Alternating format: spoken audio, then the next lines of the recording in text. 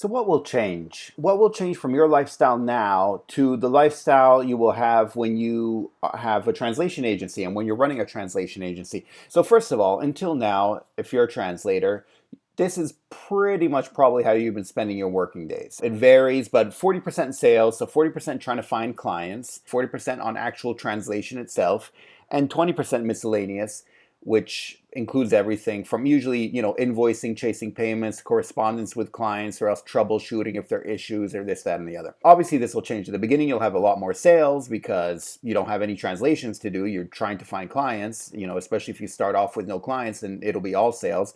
But as you get more clients and you have more regular clients especially and more regular work, then this will go down and the percentage of translation will rise. In fact, at some point you might be doing no sales at all. On the other hand, from now on, things will be a bit different because you're running an agency. So just to get a broad idea as to what your life will look like, first of all, you're going to be finding clients. So once again, sales, and it'll be a bit different, and obviously we'll get into it, all the differences, but it will be sales, and so you're going to be spending a good percentage on this.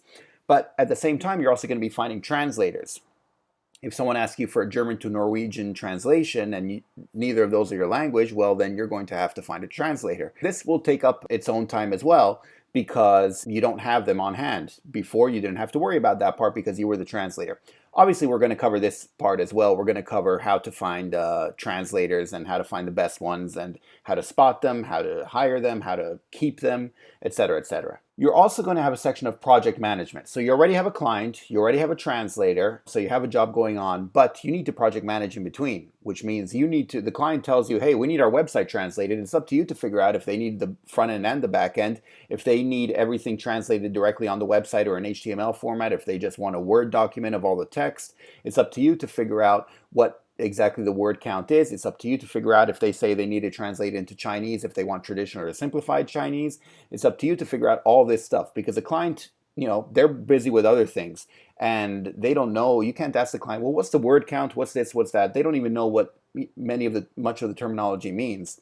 So it's up to you to figure all that out. And likewise, if the client gives you a scanned copy of something, it's up to you to use an OCR. You can't ask the client for an OCR file so you can have it in Word because it's easier for you to read. It doesn't work that way. By the way, OCR is optical character recognition. If you don't know about it, we will get into it and discuss it later on. But it's up to you to figure out, how to take a scanned copy of a document and figure out how to turn it into Word so it's easier for your translators because your translators might need it in that way. And you don't want to lose out on potential translators because you can't figure that part out. So that's all project management, and that will take up your time. In a way, that'll take up your time once you already have clients and translators, so it's a good thing, but it's definitely something that'll take up your time. And then the last part is miscellaneous, and this will be chasing payments, but here it's also making payments to your translators and stuff like that. And so this is pretty much how it's going to be divided. You'll notice one thing missing from here, and that is translation.